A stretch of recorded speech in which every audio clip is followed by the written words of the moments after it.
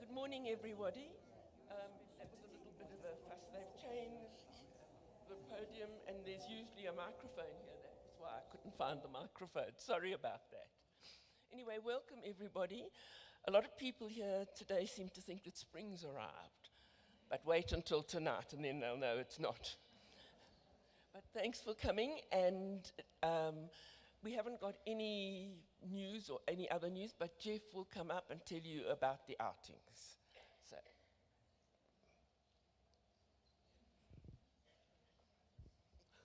Sorry about that, Jeff. Morning, everybody. Nothing too drastic. Our next outing is next week, next Tuesday, the 22nd. That's to the Origins Centre at Wits University.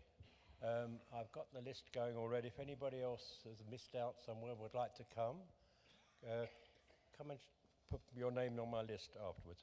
We were planning to go to the Buddhist temple in Bronkhorstspruit, but unfortunately that's more or less closed for renovation, so that is still on the agenda for later in the year. That's all we have for the future at the moment. We did have a wonderful walk at Water Sisulu a couple of months ago. I think a few people went on that. Perfect weather. And all I can say is just watch this space. Right. Oh, You finished? Okay, thanks.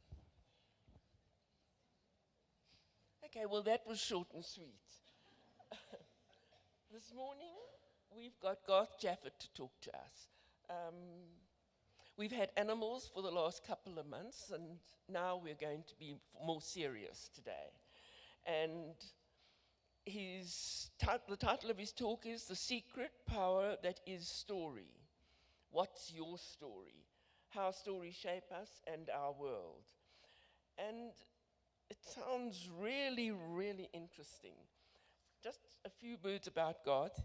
He is an international award-winning medical doctor whose life has been infused by the power of the story.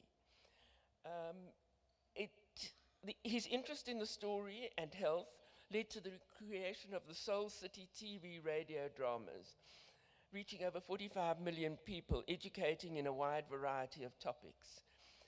In 2021, Pan Macmillan published his book, Like Water is for Fish, The Power of the Story in Our Lives, and how the story matters and how it affects all of us. But I'm not going to tell you any more. Garth will tell you all about it himself. Garth.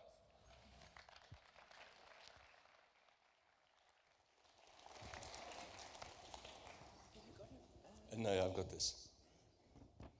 That's fine. It's all good. It's all good.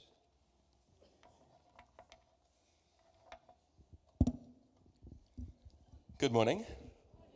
Lovely to see you all here this morning. It's a real privilege to speak to the youth of our country.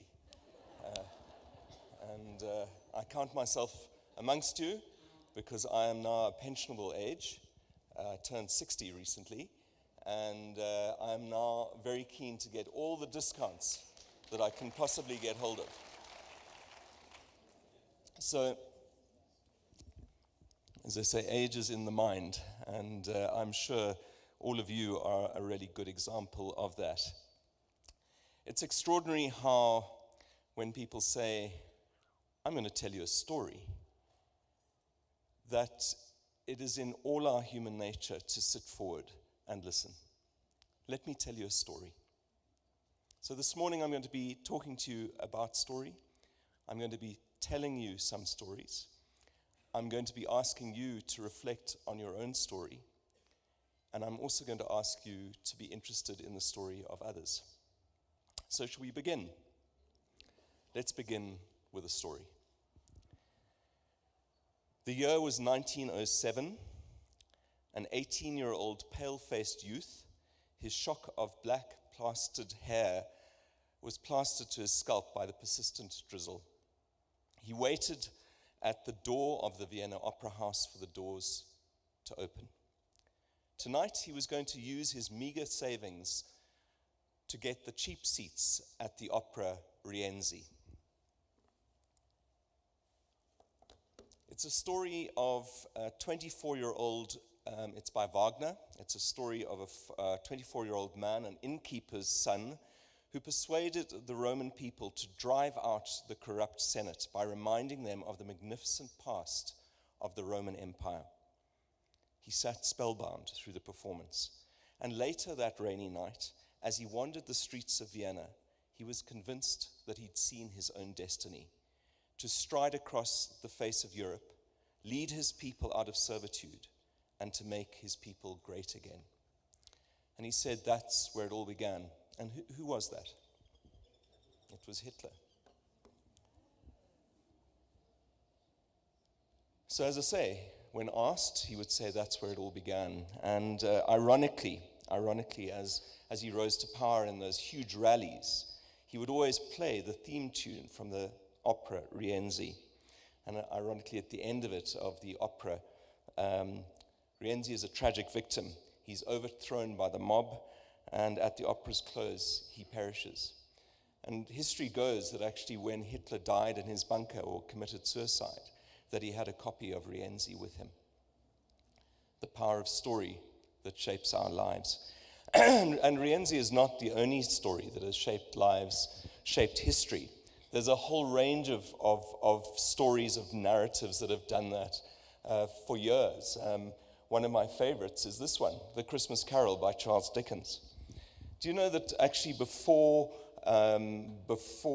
this book, which was published in 1848, before this book, Christmas was actually a minor holiday. It actually wasn't really celebrated. It wasn't given much emphasis. People would go to church if they were Christian, but actually it was Easter that was the key holiday. And that all changed after the Christmas Carol. Things like that we take for granted, like the Christmas tree, giving and receiving of gifts, the actual fact that it's a holiday, singing carols, all emanate from that book, The Christmas Carol. Do you know that? No, well, at least I've achieved one thing this morning. The other really amazing story is of this book by a woman called Harriet Beecher Stowe. This was written just before the Civil War in America, the emancipation of the slaves, North versus South. And when this was written, as I say, by this woman, and it was about an escaped slave. And it was the number one selling book in America at that time. And what it did is it humanized the slave trade. People, for the first time, were able to actually understand what it meant to be a slave. And so apparently when Abraham Lincoln met Harriet Beecher Stowe, he said, "So you are the woman that started this great war."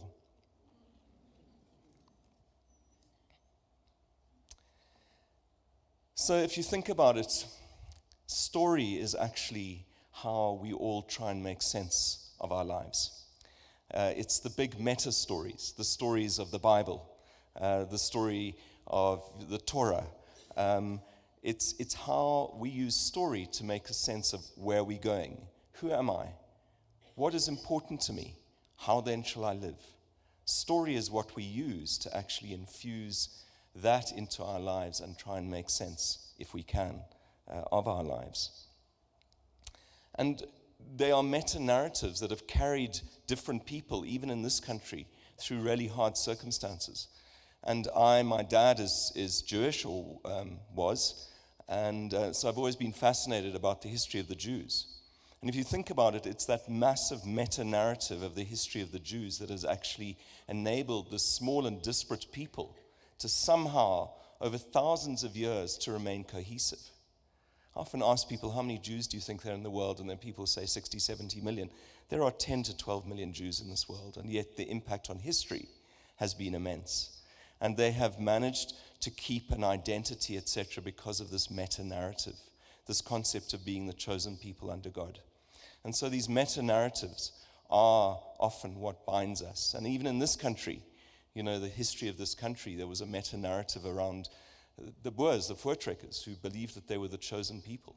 And that meta-narrative carried them through in different and obviously in some tragic ways.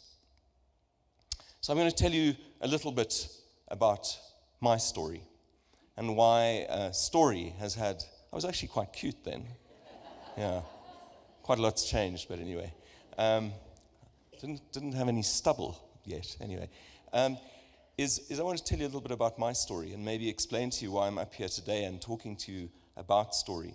So I was actually born not very far from here and lived when this area was actually farmlands. I remember Santon Drive, when Santon Drive was felt.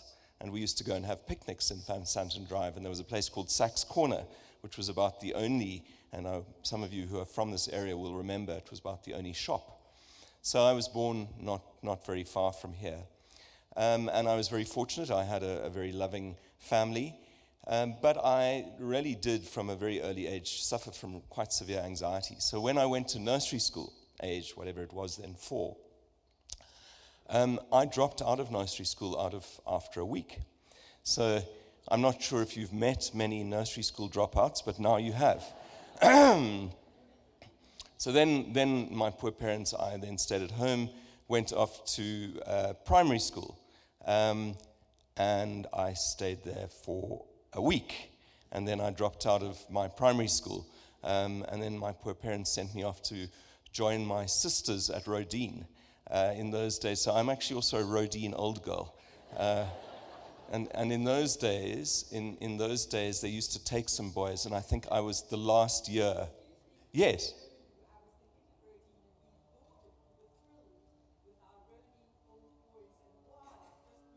Yes, there we are. Okay, well, you could please ask them to now have an old boys club. They seem to be a bit resistant.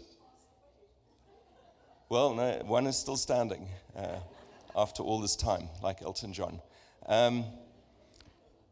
Yes, so then I was with my sisters, and I don't know if it was a coincidence, but at the end of my last year at Rodine in grade 2, they stopped having boys. I don't think there's any connection between me being there and that happening. And then I went back to my primary school and managed to survive there and do flourish reasonably. And then, as was the thing at the time, I went to my brother's school, which was Michael House in KZN, and I lasted there a term. And then I dropped out of that school. And then my poor parents said, well, okay, maybe weekly boarding. So I went to a school called St. Albans. And then I went back to the week. So I lasted St. Albans a week. And then ended up at Damlin in the 70s. And if any of you remember Damlin in the 70s, you really needed to be on high doses of drugs, and particularly a real proper dropout. And that's pretty much how I felt. So this was not a happy boy. And it was severe anxiety. I was never bullied, strangely. I actually look back at myself and think, if I was a bully, I would have bullied me. And yet I was never bullied. It was very strange. So it was just severe anxiety that caused this, and a degree of homesickness and all sorts of other things. But in that time, age 13, when I was really feeling, and it was the sort of Damlin year, when I was feeling completely and utterly wretched and awful and completely useless, and having let myself and everybody else down, my poor parents, it was at that stage that I came across a series of books called The Jungle Doctor. And The Jungle Doctor was written by a missionary doctor, Paul White, and he was a missionary doctor up in East Africa. And this completely broken young boy actually latched onto the story of this heroic doctor, the plains of Africa, the Land Rover crossing the swollen river. This could have been me. I mean, the fact that the concept of Dr. Jaffet sounded better if you've got pimples and bands and you're quite keen on finding a girlfriend, that was also part of my motivation to be a doctor. Just FYI, being a doctor doesn't help with that sort of thing. So strangely, this just captured my imagination. And the other thing is that I grew up in a very aware household of the injustices that we were living in. And so there was another narrative running through my story, which was that I was very aware of what was happening, and I really wanted to make a difference to my country and my continent. And so those combination of those two combined to set my heart on becoming a doctor. So when I did announce this to my dad, I remember him saying, but you have a bit of a problem, and that is that you're not good at maths or science, and you faint at the sight of blood. Anyway, this is the extraordinary power that story has to to be able to grip you by the throat and drag you through. And it was this narrative of imagining myself as this doctor that actually, against a lot of odds, I stand before you today as Dr. Jaffet. And I ended up going to Wits, and then ended up being the doctor that this is up in East Africa on the Sudan border. And so, yeah, miraculous story of how I got into medicine. I did English and history as my A-levels, which are really useful for medicine. I hadn't done biology, but again, through a God incident, I managed to get into medicine, and this was me. But we'll come back to this. I'll give you a little bit of a sense of how story has, certainly that story was something that completely shaped me.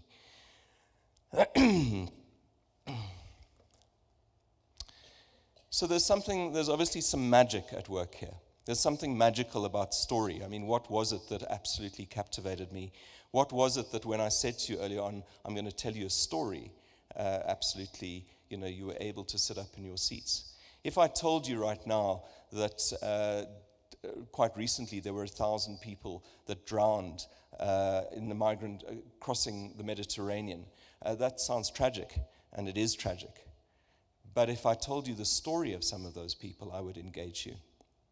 And in fact, if any of you have seen the Netflix film called The Swimmers, it's on Netflix, and I really think, if you haven't seen it, please watch it, because it'll give you a sense of why a story is just so profound, and how suddenly, from being a fact, and we'll come to that, about the neuroscience of story, suddenly this becomes all-engaging. So really, since we came out of the cave, as I said, we have made sense of our world. We have told stories. Some of them have been true, some have not been true. We are completely surrounded by story. If you think about it, news is story, social media is story, film, books, all of this is story-based. And yet I love that and in fact it's the title of my book, is that story is to humans like water is to fish. It surrounds us all the time, and yet we're completely unaware of it. And so this pervasive power that is story, even we dream in story. We don't dream in facts, we dream in story. A lot of that doesn't make any sense of us. So we are the storytelling animal. And being a doctor, I was actually fascinated by the neuroscience of story. So let's go back to that story of what's happening crossing the Channel, crossing the Mediterranean, those refugees, those statistics. When I should tell you that, recently I read, I think 75 people died on that crossing the Mediterranean. What's happening is that's happening. A tiny part of your brain is connecting to that thing, and that fact will come and go, because facts do that. They are not engaging. But when you watch that film, The Swimmers, which is the narrative of these two young girls leaving Syria and their backstory and how they cross over, you will suddenly, this has a human dimension. And what's happening is that it's engaging your whole brain. So I'm going to do a little experiment with you quickly. I'm going to just read you a short passage. So bear with me. Dolores' hand trembled as she reached for the black locked doorknob. Tom had warned her not to open the basement door when he wasn't around, but he was due home soon, so what could happen?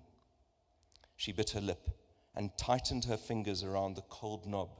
A shiver shook her. She inhaled only a shallow breath and then struggled for another, and then nearly shot through the ceiling when the microwave dinged, letting her know her tea was hot. Now, when I read those to you, what was happening in your brain, whether you liked it or not, was that when I spoke about the black doorknob, the visual part of your brain lit up. When I spoke about the tightened fingers around the doorknob, the motor part of your brain lit up. When I said that microwave dinged, the auditory part of your brain lit up. So what story does is it gives us a whole brain experience. And even as I'm talking to you, as you're listening to me, they're part of your brainwaves. As you engage in my story and this story, that actually are mirroring mine right now. Isn't that amazing?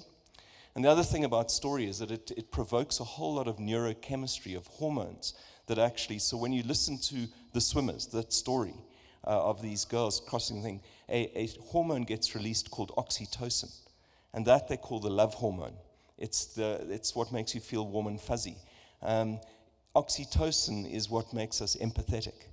So rather than saying there were 10,000 people who died in the Channel, I tell you that story, suddenly you're empathetic and actually want to do something. Whereas 10,000 doesn't make any difference to you at all.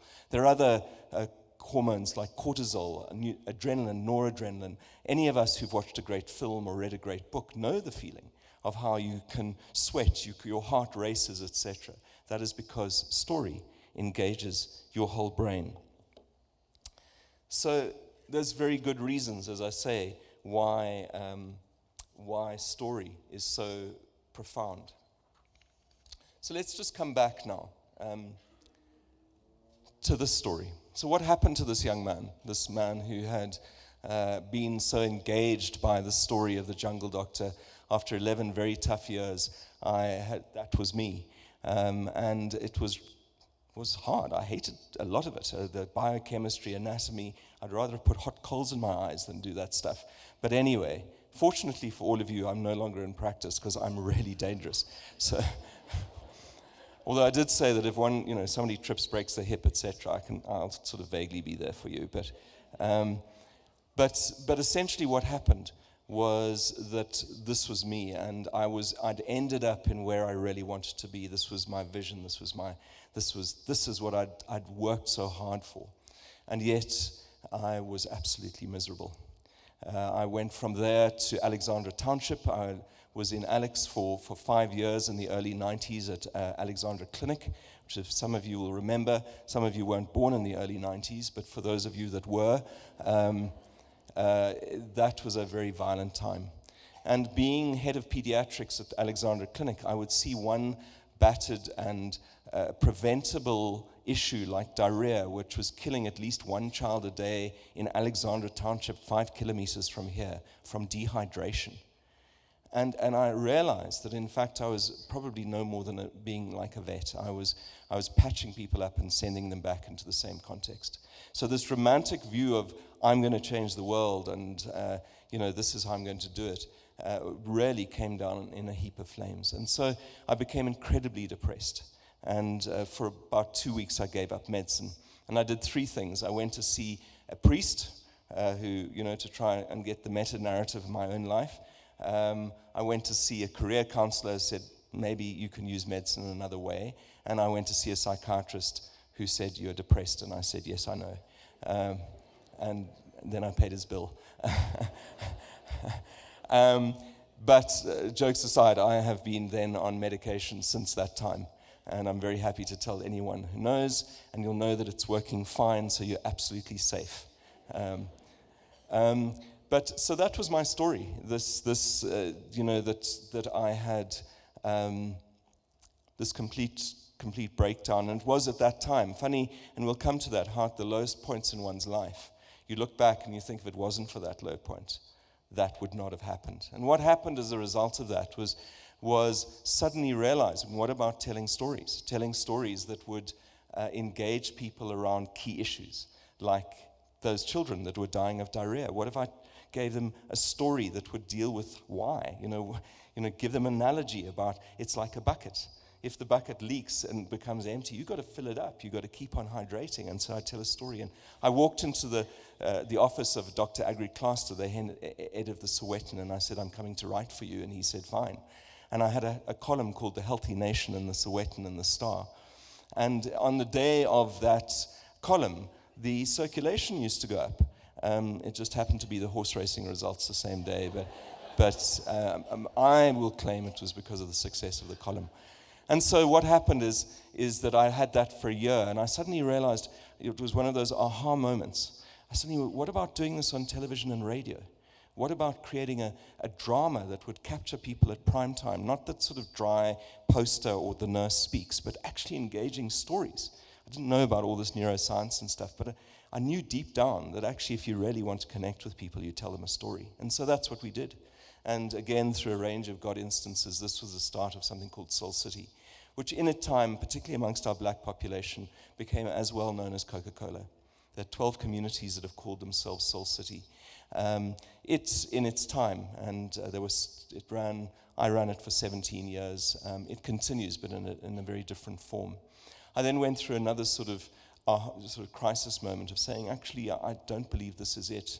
I believe there may be something more. I need to tell stories that actually really challenge us around who we are. You know, if all of us lived the values that we profess, we'd change the world.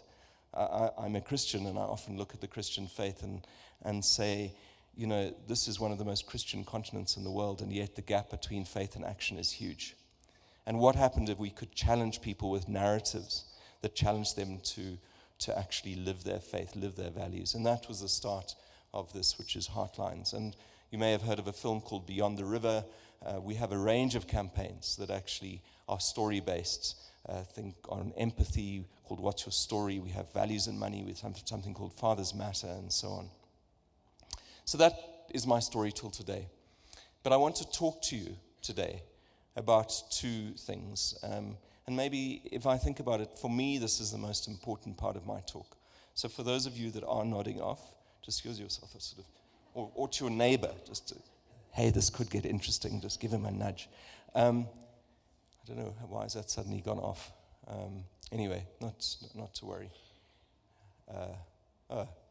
All right, well, now you're going to have to test my memory, because I use my slides as a thing. But what I want to talk to you about is your story, and what happened to me that brought home to me the power of your story was that we'd begun this concept of what's your story, of getting to know people's stories, and we'll come to that. But because we were doing this, I went to my mother, who was probably about 85 at that point.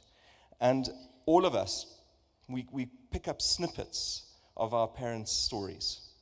We pick up little pieces of it. And basically and then unfortunately they're no longer with us. So by the time I went to see my mother and asked her more about her story, my dad had died. So I know a little bit about my dad's story, the parts that he would voluntarily share with us. But I went to see my mother, 85, and I said, Mum, I need to record your story. I want you to tell me your story. I know bits that you've told me. And like people, some of your generation, it's nothing to tell. And I said, no, Mum, you've got a story. And a lot of you might say, well, I don't really have an interesting story, or no one's interested in my story. My children are not interested in my story. But I sat her down, and with a microphone, I got her to tell me more about her story. And it was a story of a young English girl who was her parents had divorced early. She shuttled between various relations. She went to a boarding school age 5. Often wouldn't know who was going to pick her up at the end of boarding school. And I suddenly realized, as I heard her story, she married my dad, who was a South African, brought her back to South Africa. She didn't know anyone. She got polio. They thought she would never walk again, and so on and so on. And I began to get a sense of this young girl. And I realized that a lot of my anxiety had been as a result of her anxiety. And it gave me new insight into her, new understanding of her. And things that I was actually quite angry for, I suddenly got insight into. And so getting my mum to tell her story was one of the hugest gifts that she could have given me. And clearly I prompted her along the way. And so I want to challenge you. I want to challenge you to actually engage in your own stories. It's one of the most challenging, hard, and potentially amazing healing things that anybody can ever do.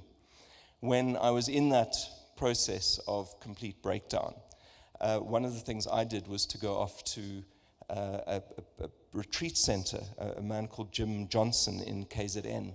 And at that retreat center, I thought I'd go there for a week. I was in a real mess. Things were not making sense to me at all. And I thought I'll go there for a week as a counselor. He'll sort me out. I'll come out of there knowing exactly what's, my story. And I arrived there, and he gave me one Bible verse, and he said, I want you to write your story. And I said, is that it? What do you, are we not going to meet for 3 hours a day and chat? He said, no, I want you to go and write your story. He said, don't bother where you begin, just go and write. And in that week, it was hard initially. In that week, I wrote down my story. It wasn't in chronological order. I'd take bits and I'd try and remember it. But suddenly I was able to see that some of the parts of my life that have been made no sense to me at all. Why had I done medicine? What was this all about? Suddenly I could begin to see a pattern. I could see that period of deep distress actually have been a thing that was enabled me to suddenly, if it hadn't been that, I wouldn't be here. I wouldn't be speaking to you. And so another lovely mechanism that was taught to me later is that you track your story, the elements of your story, and you put the high points and the low points on a graph. And you've got a thing that looks like peaks and valleys. And then you take that graph and you flip it around. And you see often that the valleys in your life have in fact been the peaks, because they were the most fundamental and changing times in your life. So, a challenge to you to actually contemplate engaging with your story if you haven't already. And first of all, it is a gift to you. And you do it in any way you see fit. You can take a memory, find a photograph, start scribbling down. If you don't like writing, then put it into, just take a phone and start recording it. And you may not think that anybody is interested in your story and that the past should remain in the past. But as Socrates said, the unexamined life is often not worth living. And actually we make sense of our present by looking at our past. So the other thing that it does, that even, and I did a talk like this the other day, and somebody said to me, but my children aren't interested in my story. And that was tragic.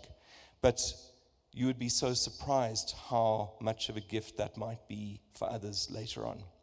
So a challenge to you to start and write your story down. And it could be very hard as you go along.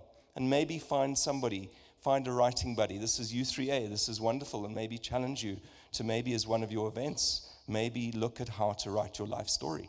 Maybe you team up with somebody else or a friend, etc. Pull out photographs.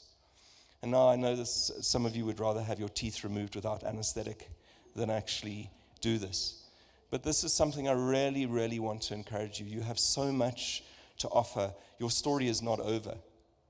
But also, the process of writing it down or recording it or drawing it is something that is deeply, deeply healing, or can be. So that is my challenge to you.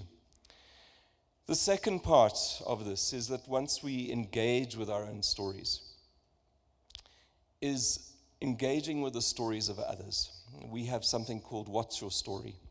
And, so you're engaging with your own story, but what about their story?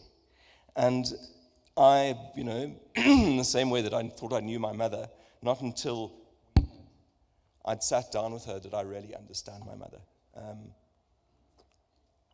So again, the concept behind What's Your Story is that you should go out to different, just the people around you. What is the origin of your name? When you inquire a little bit more about the stories of people around you, not necessarily all the way down to let's have coffee and I want to hear your whole story, although that is what I do often now, is when a new person comes to meet me, I say, I don't want to hear about your CV. We often tell, I was this, I did this, etc. I said, no, I want to hear about you. Tell me where you're from. How did you get your name? What was your family like? What were the highlights? What were the lowlights? And that just gives, there's this Zulu greeting that says, Sawubona. Do you know what that means? Is I see you. And so when I say to you, Marlene, tell me more about you, Marlene. I see you, you coordinated today. But I'd love to know more about your story. What I'm doing is saying, I see you. I see you as a fellow human being. I see you as somebody who's important. So ask. Be a little bit more curious. What is that name from? Love to hear a little bit more about where you're from, etc. And the way that that transforms relationships is extraordinary. And it has done in our own offices and part of the work that we do as Heartlines. We take this into lots of different spaces. In offices where people have worked for years together, and they know a little bit of it, we sit them down and they get to know each other's stories. And it transforms offices. It transforms churches. It transforms conflict. Suddenly people begin to see the other person. Oh, so you also have 2 kids. I've got 2 kids. My boy's doing this. Oh, so your mother, you never knew your dad. That I didn't either. We find commonality in each other's stories. So ask. Then the next and probably the hardest thing is listen. Listen is what I'm not very good at. But when we listen, it's also a gift that we give others. When we truly listen with our heart. Not listening with half an ear, but listening without judgment. And listening without trying to fix. So I'm a fixer. Somebody tells me about their tragic story, I want to fix it. But just listen. Listening is a huge gift. And then do so, the third part of this is tell, which we come all the way back to this challenge to you today to actually engage in your own stories. Be prepared to tell a little bit more about yourself. And there is no such thing. A lot of people say, well, I don't have really a very interesting story. That's absolute rubbish. There's no such thing as a person without a story. Every person's story is really empowering and interesting. So ask, listen, and tell. So that's really what I want to leave you with today, is that story, as we've heard, has power. There's neurochemistry behind story. There's lots of good reasons why this impacts on our life as it does. But I want to really, as I say, to challenge all of you. I was speaking to somebody a bit earlier about saying I've got a bit, now I'm retired, I've got a bit of time on my hands. Write down your story, or record it, or do something. It's a gift to yourself. It's a gift to others, even if you don't think that is the case. And then the other challenge to you is to be curious around the stories of those around you. And people you know, people who are in your circle, but also people you don't know. People, at the teller, at Pick and Pay, and you're going out and you see a name, and you say, that's a lovely name. Where does that name come from? And what you're doing is saying, Sawubona, I see you. And that transforms your relationships. So it's not difficult. Ask, listen without judgment, listen without trying to fix, listen with your whole heart, and then tell. And tell your story when asked. Everybody has an amazing story to tell. So thank you. I hope you have been engaged. Oh, look, we're back. Okay, well, let's start from the beginning. This was a real stretch of memory. I usually rely on these slides just to tell me where I am, so I probably left out a whole lot, but I'm sure you're probably grateful for that. So I hope that you have found that interesting and challenging. And this morning I was just thinking about if I, because of this challenge to you around your stories and about in some way has transformed one or more of your lives by actually challenging you to do that, then it's job done. And oh, by the way, there's a very good book which it's got multiple uses. It can be used to prop up your loo. You can use it. It's printed on really nice paper, so that's got other uses as well. And it is for sale at the back there for 150 rand. So thank you so much for inviting me here today and for spending this time with you all.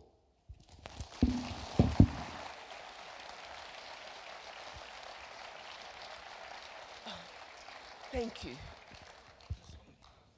Use this one. Can I use that? Yeah. Thank you.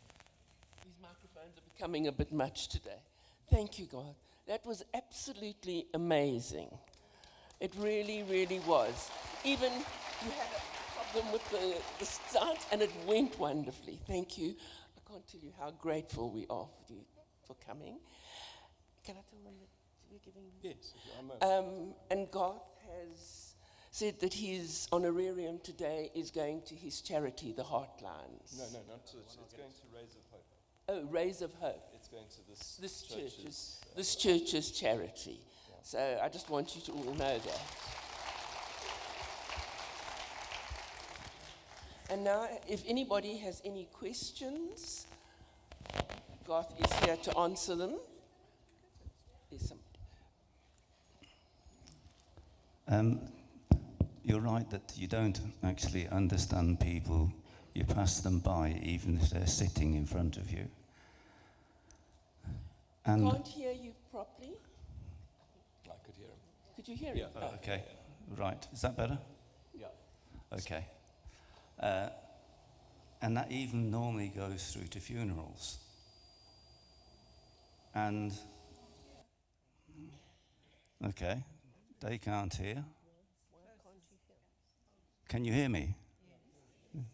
Yeah. Okay. And it's so much better if on your funeral invite that you ask people to prepare a little story of how you experience them, because that fills out their lives for everybody who's present. And there's a lot of the time just one eulogy, it's one person's interpretation, and you need so much more to round off the person who you are celebrating their life.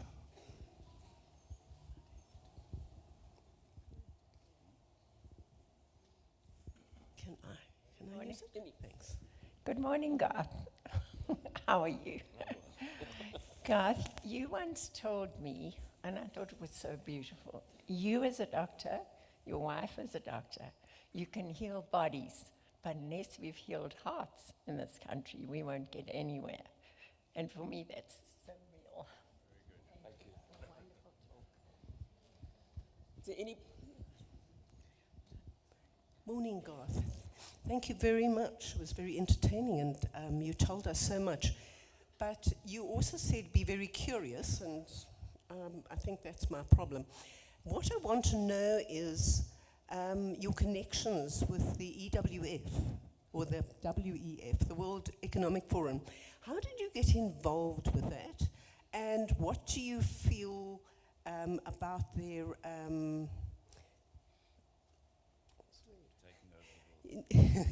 taking over the world. Their whole thesis, the whole idea of it. And again, I would just be curious if you've ever gone to Davos. Have you met Klaus Schwab? Thank you. Yeah, sorry. About 22 years ago, they set up something called the Schwab Foundation for Social Entrepreneurship, and apparently that's what I am, a social entrepreneur. I can't make a real buck, so I do it in other ways.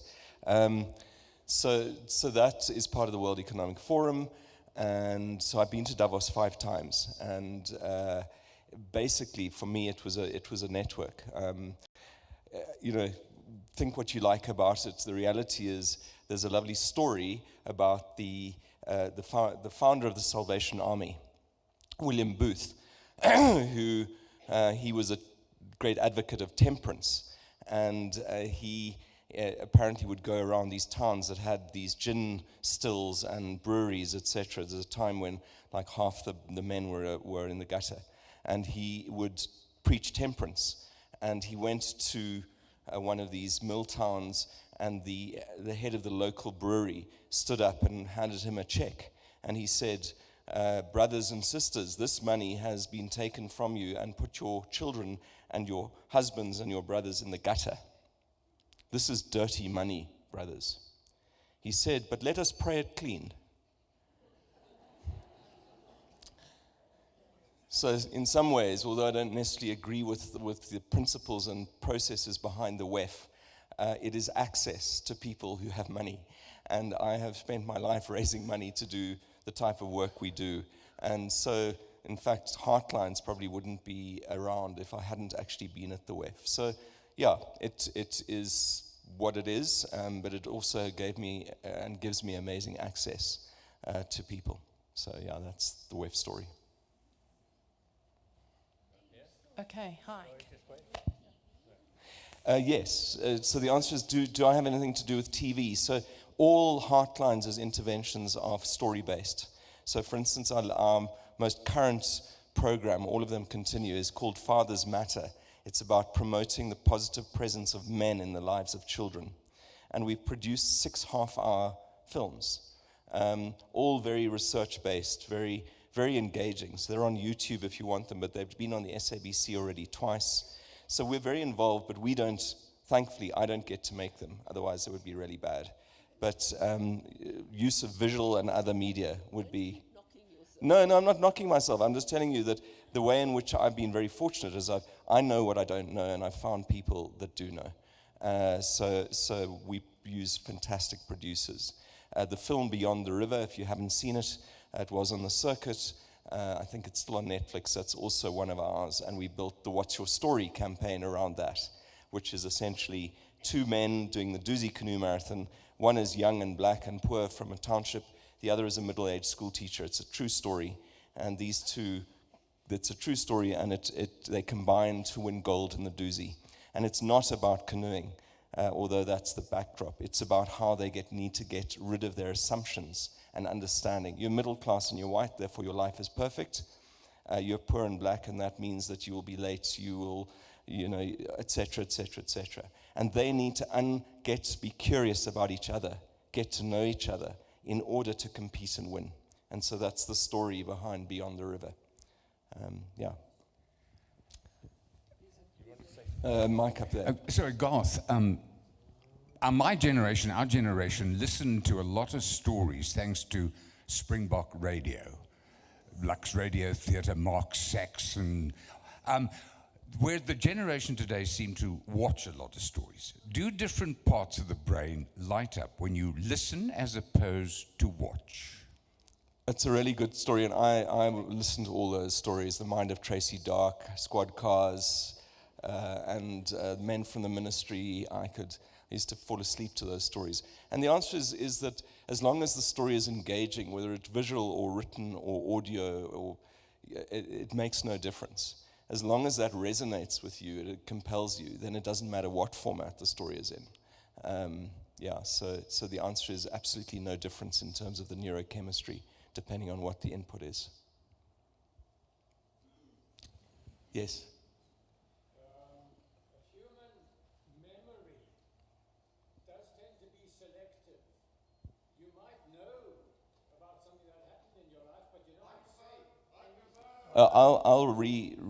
I'll just repeat what the gentleman has said. Yeah. All right. Must I begin from the beginning, or can I simply... No, I think start from the beginning, yeah. All right. Well, I was saying that human memory tends to be very selective. We as historians know all about that. So that you might know about something that did happen in your life. In fact, a whole number of things. But you don't want to talk about it. You don't want to say anything. You don't want to write about it anyway. So nobody then will know about these dark corners in your life. If you are a narcissist, then you will tend to spill all the beans. But if you're an introvert, then your story would resemble an incomplete jigsaw puzzle. So you have 2 different kinds of stories. Can you comment on that? Yeah, no, that's an excellent point. And, and clearly, we all write down and put down or what we need to tell, what we're comfortable telling. And that's even when you ask somebody else their story. We always will tell people what we are comfortable telling. And you only basically, I think, put it down if you find it useful, and maybe it's something you write down and then delete. But it is a completely part of your own story. And often those really dark parts are the parts that have shaped you. And maybe you don't want anybody else to ever see that. But ultimately, the real act of going through that, there's some amazing perspective we get on our own pain.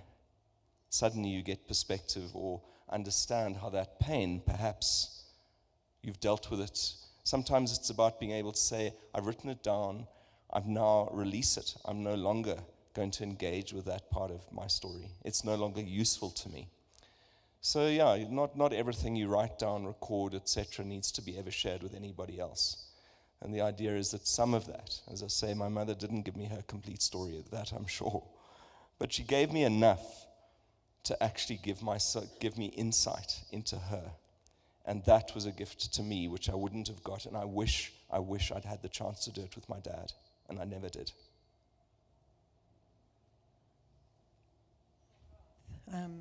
Is this on? Yes.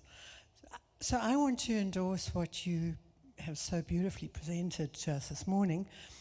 For a little bit, I worked I helped at the orphanage, the Alice orphanage, Princess Alice orphanage. And they have a program there called the Gogos. And these very simple African women help the babies part-time, and they get a very meager stipend. And so what I did to help them raise money was I got them to tell their stories, and we recorded the stories, and then we sent them to America. And because they were so personal, the Americans responded beautifully, and they really gave freely and gave of their hearts. And I just want to sort of give one story that really touched me.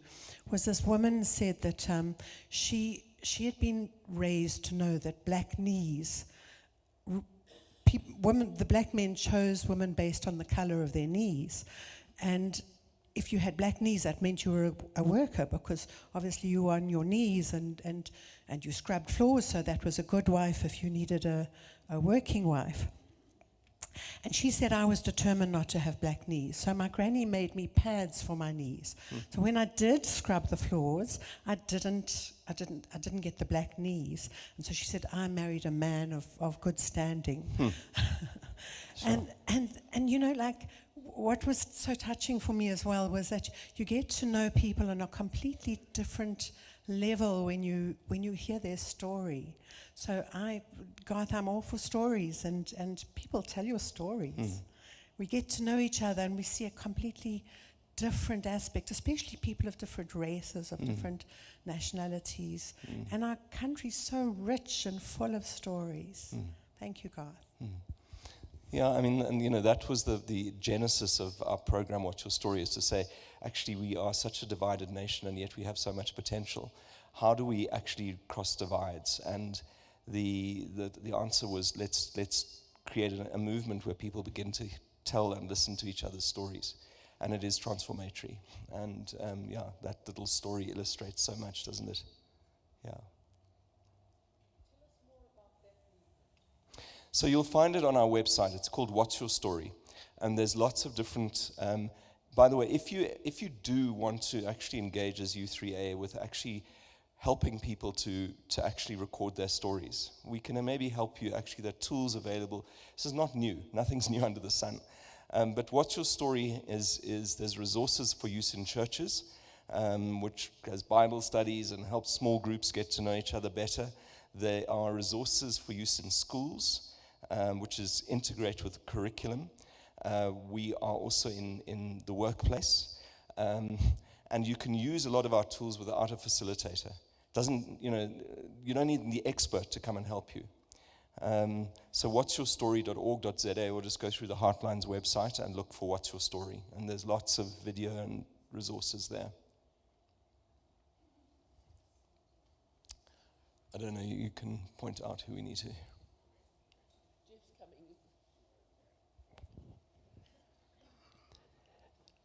My brother gave me a book about 2 years ago, which is a result of his son, my nephew, giving him a book, a questionnaire that had about 200 topics about your life story. It would say, what was your food like as a child, etc., etc. And it ended up he had to write one topic per week. And at the end of that was the book, and also put in photographs. And they actually published it, and they gave it to the rest of the family. And I don't know if you've come across that at all, but I'll let you know what it's about. Yeah. But it made it so simple for him. He only had to think about one topic for a week, and then write about it. Yeah, so there are a number of tools to help people, but I think one of the things you can do is to get somebody else or a group of people to actually encourage you, because like a lot of these things, You start and it's hard and then you give it up. You actually need somebody, you need almost writing buddies or story buddies that you can. So again, a U3A idea is that you put together some groups who just reflect on your life stories. And one of the things I didn't say, but sometimes as you go through, you were saying there's some really dark parts of our own story. And, actually reaching out to a counselor or somebody to help you through those. But sometimes doing this, you're able to put it behind you. You're also able to forgive yourself. I haven't told you my full story. I haven't told, there are parts of my story that are here, and that's it. But there are parts that I have been able to process, shelve, forgive myself, and move on. And that's the power of reflecting back on your story. Oh God, thank you. It was such a different morning, and I'm sure everybody enjoyed it. Made us think about ourselves and look at ourselves differently too. But thank you. We really do appreciate you coming to us. And the book is on sale at the front desk, and it's 150 Rand. So please go off and look. There's a young lady there at the moment, and you can have a look at the book. It was absolutely fascinating. Oh, good. I'm so glad.